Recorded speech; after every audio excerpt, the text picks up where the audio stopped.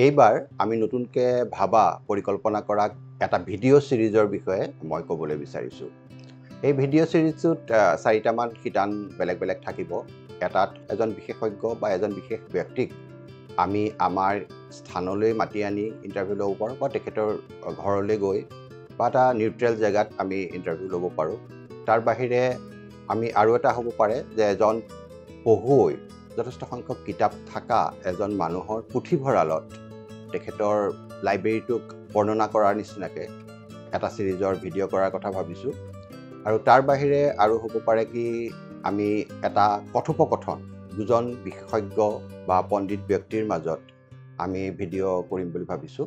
এই ছিৰিজটোৰ ভিতৰত সদ্যহতে এইকেইটাৰ কথাই আমি প্লেন কৰিছোঁ। আৰু তাৰ বাহিৰেও সময়ে সময়ে আমি অন্যান্য ব্যক্তিৰ সহযোগত পৃথিৱীৰ বিভিন্ন প্ৰান্তত থকা গ্ৰন্থালয়বিলাকৰ পৰিচয়মূলক কিছুমান ভিডিঅ' কৰাৰ কথাও ভাবিছোঁ।